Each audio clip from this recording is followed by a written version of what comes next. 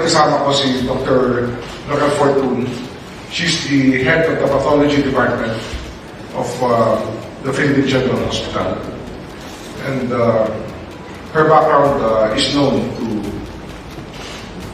the people who know pathology and medical legal services in the country and criminal investigations.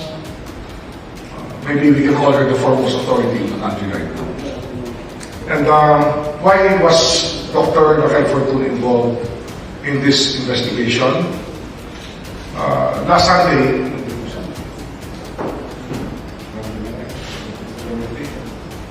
October 23, I met with the son of PERCY LAPID together with Mr. LUMABAS, his brother.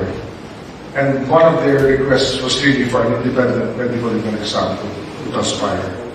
And right there and then, I sought the number of Dr. Fortun, Dr. Fortun. And I talked to her, and I requested her that we carry on with another autopsy of the body. Of course, there were limitations to a second autopsy on bound body and bound ready. But nevertheless, she was able to carry on the autopsy. And there are some findings here which may seem remarkable also. And I've spoken to LUMABAS about this, but I have not revealed the findings of Dr. Fortun. But I think all of you will see it. Is it posted today? Okay. We will be posting the autopsy itself, the autopsy findings, in the DOJ page, so that all the members of media can look at this written report that we have right now.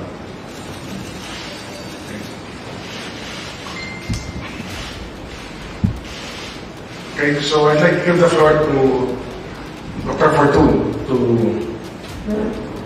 shed light on her findings regards to the autopsy conducted in June Villamor in Loma. Good morning. Well, my involvement here started on social media, where people usually ask me what I think of some controversial there. But formally, I was asked by Secretary Remulla, I think on a Monday, we had a phone call, and I told him, yes, it can be done, what it takes. And first and foremost, I asked for an authorization because the Mabasa family themselves cannot actually,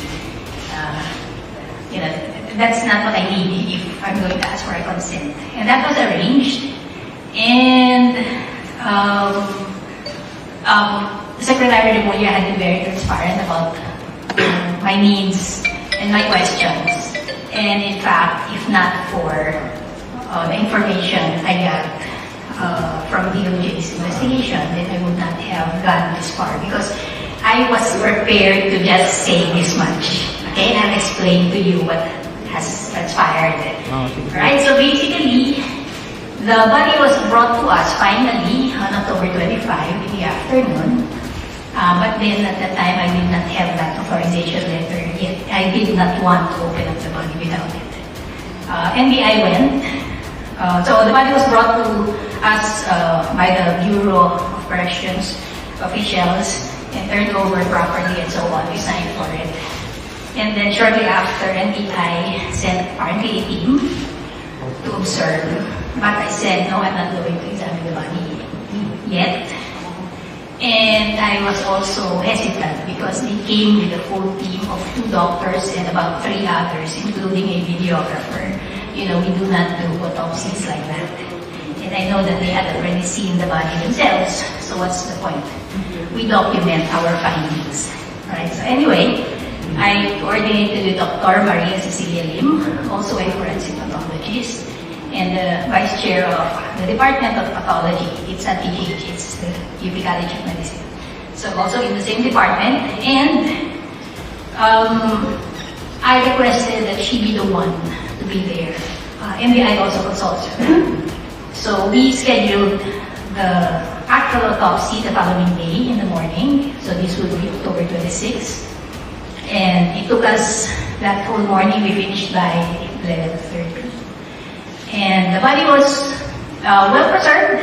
Post-autopsy, post-embalmed. The embalming was good. We were expecting that formalin fumes would be overwhelming. We encountered that a lot. But this time around, the body was right for examination. Okay? And so we documented everything, the embalming sites, the autopsy, incisions, and all the details are in the report. Okay? That's why it's 6 pages long. It's very much detailed. I'll just focus on the front sheet where it has pathologic diagnosis and what we call the opinion. Alright? And so to summarize, the most pertinent findings would be, number 1, history of asphyxia by plastic bag suffocation. 2, pulmonary congestion, edema, and hemorrhages. 3, schistosomiasis of the liver. It's an incidental finding. It's a parasitic infection. I believe it comes from Leyte, Samar area, and that's kind of endemic in that area. Number 4, status post-autopsy. Number 5, status post-embalming. Number 6, evidence of medical intervention consisting of a needle puncture mark on the dorsal right hand. Well, I saw this on, zooming in on the pictures. And I'm not too sure at this point if the Bucor Hospital did this, because sometimes when you bring bodies to the hospital, they automatically try and look for a vein there. I don't have records of what they did, what they saw in that hospital, but this is not really that significant. Alright, and then I have here an opinion, and it reads, this is the case of a 42-year-old male who was an inmate incarcerated at a newly living prison when he was allegedly found unresponsive and pronounced dead at the NBP hospital on October 18, 2022. The cause of death was certified as, in quotation marks, dead on arrival, undetermined, for autopsy. The embalmed remains were autopsied on October 20, 2022 by the National Bureau of Investigation. A second autopsy was conducted on October 26, 2022. There is information that he expressed fear for his life shortly before his demise, and that he died from suffocation by means of a plastic bag over his head. The autopsy findings showed no gross morphologic cause of death, and this is consistent with the reported asphyxia. Limitations were encountered in the examination due to the postmortem interval, the previous embalming, and autopsy. Preliminary urine toxicology showed methamphetamine. Based on available information regarding the circumstances surrounding death, the manner is homicide.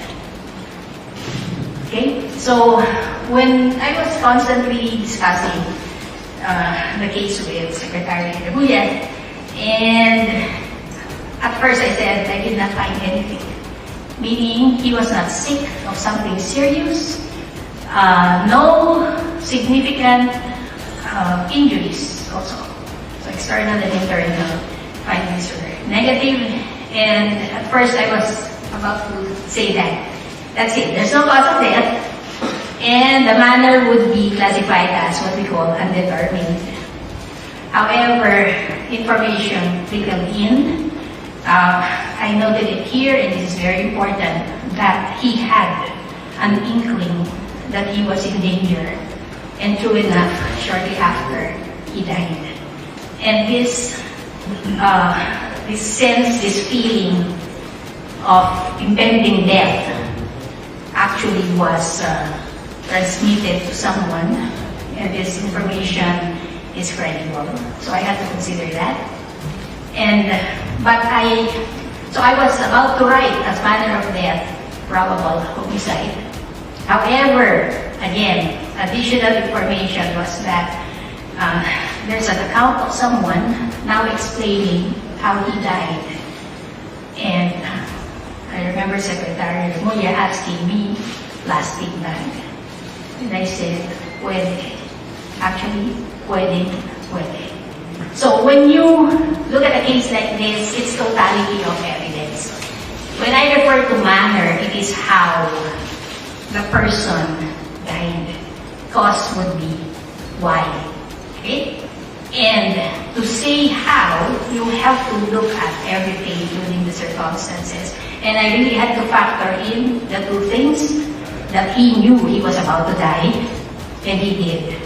And two, that someone actually offered an explanation of, cause. And taking everything into consideration, it is consistent. No morphologic findings. And yes, putting a plastic bag over one's head can be very effective.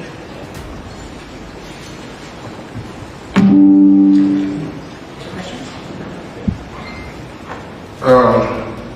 We're opening the floor to questions, and I will explain something later again after the questions are due. Hello. Good morning, Secretary. Isa Umali po from PCWD. Dahil po ba sa findings ni Dr. Fortun, di ba, dati po nabanggit nyo may possibility of murder yung nangyari kay June Villamor. Ganun na rin po ba yung nakita nyo ngayon? Possible murder case na po ba ito? We are now holding on custody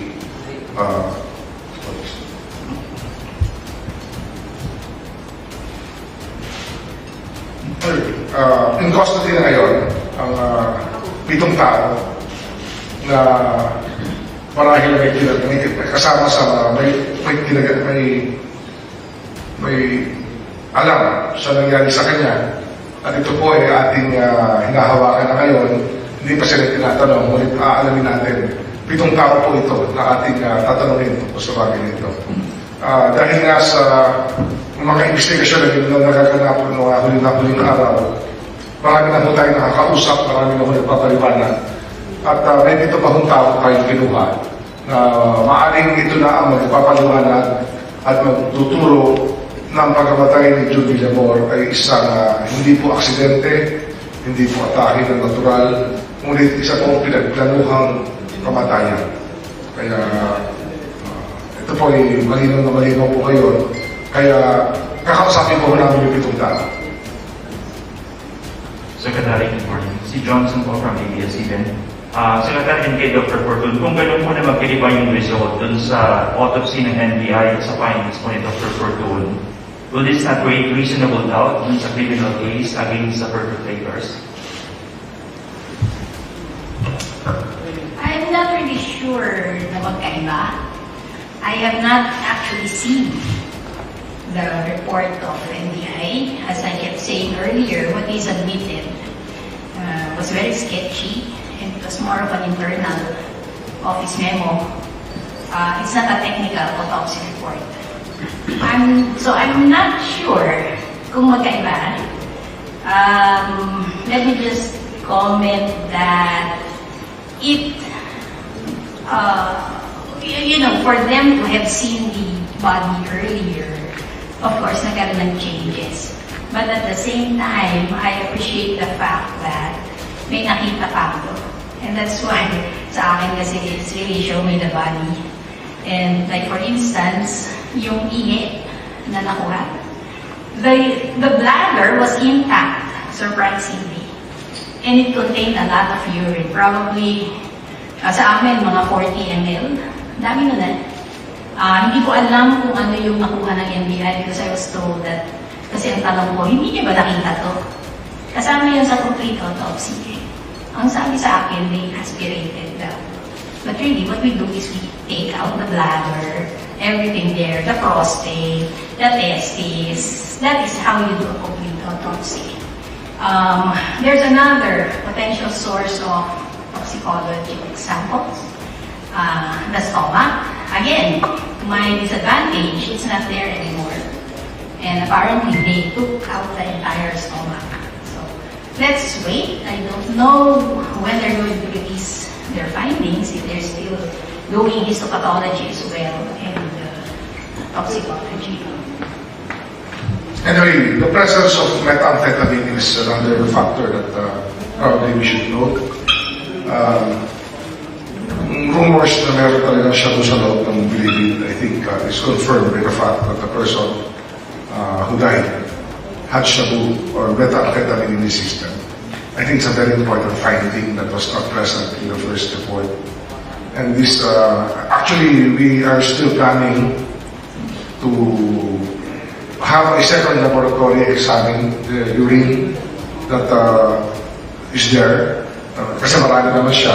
I think that the exam for drugs or for reactions sa urine did not exhaust all the possible material that we can have examined by a second laboratory in cases that, in case Dr. Fortun wants to search for more clues in the urine. And we're willing to do that, and we will just look for the laboratory that can process it. Secretary, follow-up na po. Yung binanggit po ninyo na in custody yung pito na maaaring makatulong dun sa investigation, sino ba yung magtuturo doon sa mastermind or isa sa kanila yung posibleng mastermind? Di ba? We have the PERCY LAPID case and the June Villamor case. Nag-intersect yung dalawa because June Villamor was an alleged co-conspirator in the death of PERCY LAPID. But because June Villamor died also, then it's another case in itself. I think that we should not forget that we're not talking about a single person dying, but two persons dying. And yung mahalaga lang sa 7 na in custody ngayon is that they can validate that June Villamor was actually killed. There's nothing inconsistent with the findings of Dr. Fortun or the NBI on this matter. I believe no inconsistency because not the apparent doesn't mean it didn't happen. I think we should be clear about that. We're now in the last phase, I believe, of the investigation. We will evaluate again all the statements. I want the NBI to speak to the gunman again. To the gunman because they have not examined the gunman. The alleged gunman or the confessed gunman. And the other person in custody in the PNP Custodial Center. And we intend to do this in the next few days so that we can complete the story that we have to stitch together to know what really happened. No? We can operate on the basis of the statement made by the confessed gunman, but I think that there are other questions that we have to ask about this matter. Of course, we're awaiting the report of the Anti-Money Laundering Council on the bank account.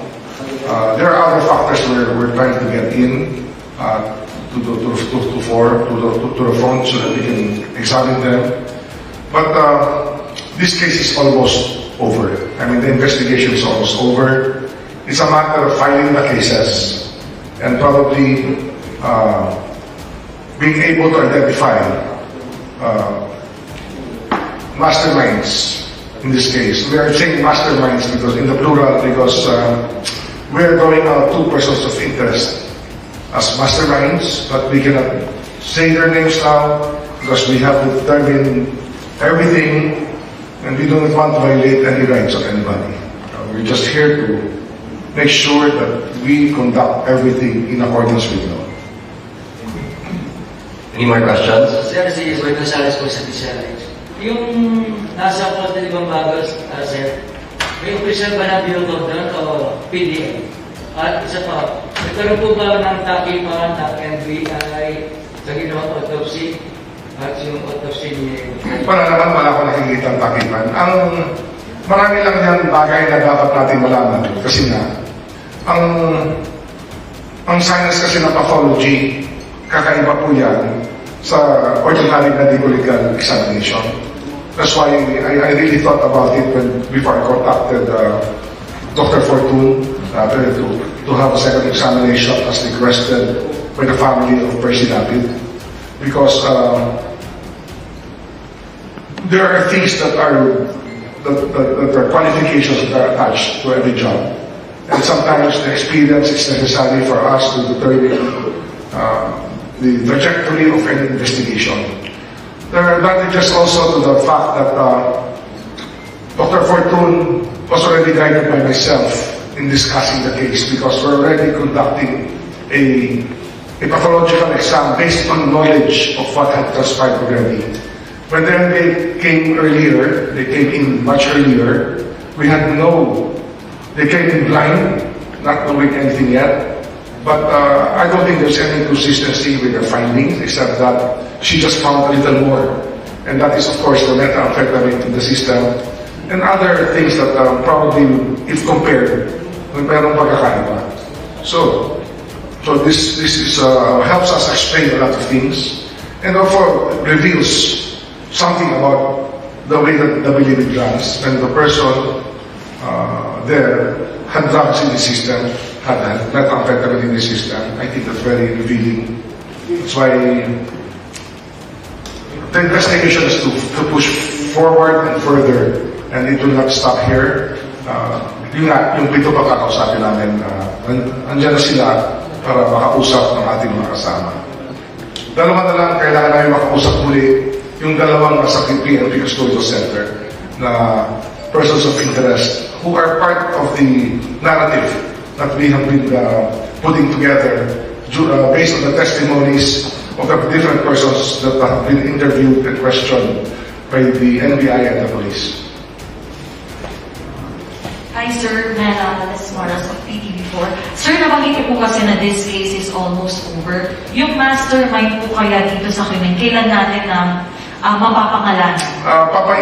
The NBI will file a case. NBI, PNP together, they may work together to file a case before the fiscal. And let them be the ones to close the theory. Kasi it's not my job to do that. My job is only to guide the investigation, to make sure that the system works, and to make sure that there are no doubts as to how things were done as to the investigation. We're trying to make everything as transparent as possible. I think that's one reason why Dr. Fortun agreed to do this examination, because we are not allowing anything to come into the way of finding the truth. Kailangan malaman natin yung buong katotohanan.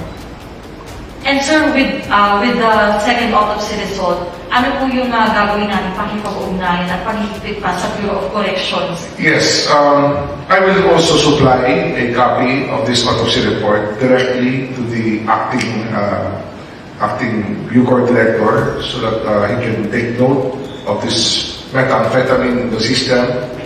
And I will also supply him with all the affidavits that we have garnered, so he will have an idea of how things are being run, or how things happen inside the NBP compound. Because we have to learn our lesson from this episode. This is not. It's not very easy to accept that things can go wrong that way, but. Yan po yun. We call a spade a spade. Sir, good morning po. President Matulak po from CNN Philippines. Sir, na-mention po kanina na cause of death is asphyxiation. Pero in the original report of NBI, sinabi po na natural death. So, can we safely say po, or can we say na nagkaroon nga ng foul play? Informed na kasi, ang pagkakaiba lang kasi, the second autopsy report, informed na po ang doctor of the possibility of foul play. During the first autopsy, wala kayong lying declaration. During the first autopsy, wala kayong ibang factors na pumapasok. So it is already an informed examination that brings to light so many things. Ganun lang po yun eh. It just came later, and that some information was not yet available at that time. So you're not talking about inconsistency, you're talking about developments that happened after. Hindi po inconsistency. Sir, mas gumulo ba, or did this make the investigation clear? Kasi medyo hindi nagkatutumangan yung mga autopsy results. Again, Can we safely say na... can you take off your mask so I can read your lips also on the speaker? Hi, sir. Sir, can we say po na posible bang mas gumulo yung investigation, or did this re-autopsy make the investigation clear? I think it made everything clearer. it gives you a better picture of what conspires inside. The finding of methamphetamine, I think, is very significant. That was not there in the picture before, because you draw a picture of what's happening inside that makes you go to conclude or go to your several conclusions. Wala akong nakikita inconsistency. I think that these are developments that happened after, when the information was processed after. And look, this is the information that you do not keep from any doctor. Hindi mo itatago sa kanila yan, tapos you tell them to go blind.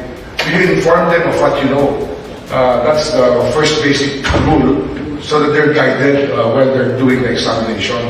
Ang problema kasi dyan, the first time that it was examined, wala pa yung dying declaration. It was not there. The dying declaration came in Thursday already after the autopsy of the NBI was conducted. Maraming factor na hindi po alam ng NBI nung kinonduct nila yung autopsy. But this time, because of the experience of Dr. Fortun, I think it's much more expensive. Maybe she has more ways of arriving at conclusions when she examines them. She would not be the chairman of the Department of Pathology of the University of the Philippines if she did not know enough of her craft. I think it's very significant. The level of expertise. Sir, last question po from me. Sir, you mentioned na yung presence ng methamphetamine. Sir, will we be launching a separate investigation sa kung ano yung nangyayari sa NPP? Kasi you mentioned. Yes, sabi ko nga, I will furnish a copy to the acting Bureau director. So he will be guided by what we find inside. Pati yung mga affidavits na nakuha na namin, bibigyan namin ng kopya si acting Bureau director para makita kung anong direksyon dapat gawin sa pagpapatakbo ng National Bureau of Prisons.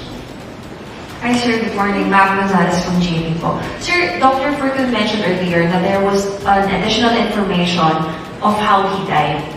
Pwede po ba natin sabihin kung sino po yung nagbigay ng information yun? Was it a PDL? Was it an official? PDL. A PDL po. Yes. Sir, And this is a sworn statement. We're not talking about, we're talking about a sworn statement. Sir, now that we've kind of established that there was foul play dahil nga po yung plastic bag, ganyan, sir, can we say na ito ay parang paraan para patahimikin si June Villamor with regards to the PERCY Lapid case? I know that there are two separate cases. Yes. Kaya we're talking about two deaths already. We're not just talking about PERCY Lapid. But it will bolster the whole theory. They're all tied together. Magkakasama po lahat yan, mga facts na yun. Sir, last na lang po. Sir, merong binanggit po yung Mabasa family that they have been receiving death threats as well. Meron na po ba silang hiniling sa inyo ng karagdagang? I spoke to Roy Mabasa this morning and he's in contact with Witness Protection, and we're providing security for Roy and the Mabasa family. Sir, last na lang po kahapon. Sir, nag-request po sila na ipatrace yung mga tawag at yung mga text sa Mabasa family. Yes. And sa Mabasa family, I have to get their numbers. And I will have the NBI do that. We have the expertise to trace all of this information. Thank you, sir. Sir, last lang, dahil po tapos na yung second autopsy, ipapauwi po ba yung katawan ni June Villamor sa kanyang pamilya? Maisasama ba yung kanyang mga kapatid? Saan na po yung kanyang katawan ng bagay ngayon? We will first arrange a viewing for one of the relatives before we bring home the body to Leyte. I've spoken to them lengthily about this. May isang witness lang na ayoko talagang mauliin pa kasi kailangan siya ma-secure. And we will give the proper burial to June Villamor, and we will assist them, the whole family, in this matter. Kasama po yan sa trabaho natin to make sure that things are done properly. Secretary si Johnson po ulit from ABS. Sir, karoon ko na para magtugma yung figures po natin. Yung binanggit po ninyo na 7 taong in custody, sila po ba yung 5 nasa NBI? Iba pa yan. Ay, iba pa. Iba pa to. So, ilan po lahat? Isang development. So, magiging 11 sila. Pwede po ba? Magiging 12 na sila sa NBI after we get, hindi ba natin dinadala sa NBI yung ito. They're almost there. Kaya iniligid pa. Basta i-call mo sila ulit. At for the record lang, sir, yung mastermind, may idea na po tayo without naming names. I will let the NBI stitch together. It's not anymore by call. I am not the primary investigator. I just made the investigation possible to be conducted by both the NBI and the PNP together. Thank you.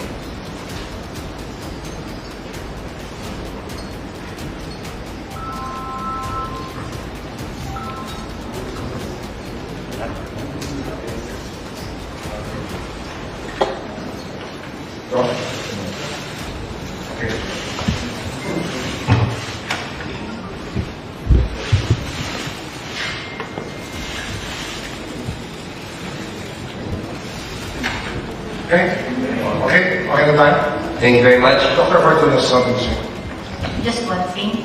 This is but one death in custody. We do not have a system of death investigation. All inmates dying in custody, institutionalized, it should be investigated. We really could have lost this one if we did not do some semblance of an investigation. Look at what findings we've got. It's not just a matter of how the individual was killed. Please take note, it's also a health issue that there is methamphetamine in jail. That was so shocking for me. And the other is that there is a parasitic infection. You know, these people die of communicable diseases as well. So wouldn't you want to check the jails? We don't want our inmates to be dying. Right? They're supposed to be under state custody. Yes, wards of the state, they should not be dying. And they should not be killed, of course, like this. That's all. Thank you. Maybe one thing I can tell you also, before we end this, the flow of information has been very, very fast towards the Department of Justice. And we are finding out more than we bargained for. We are processing a lot of information right now. But what we're releasing is actually just about the case of the late PERCY LAPID, which opened up everything.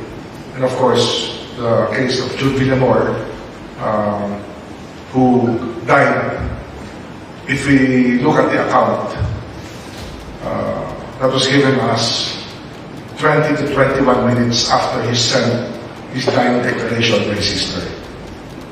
Yun po yung nakakagulat dito. 20 to 21 minutes. Parang ganun lang. So it took for him to die. So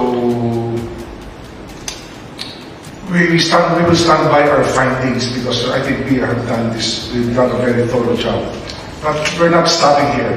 Meron pa kami kailangan kausapin. Ito, kasi meron pa tayong kailangan kausapin pa para kumpleto po yung alam natin sa nangyari po sa bagay na to.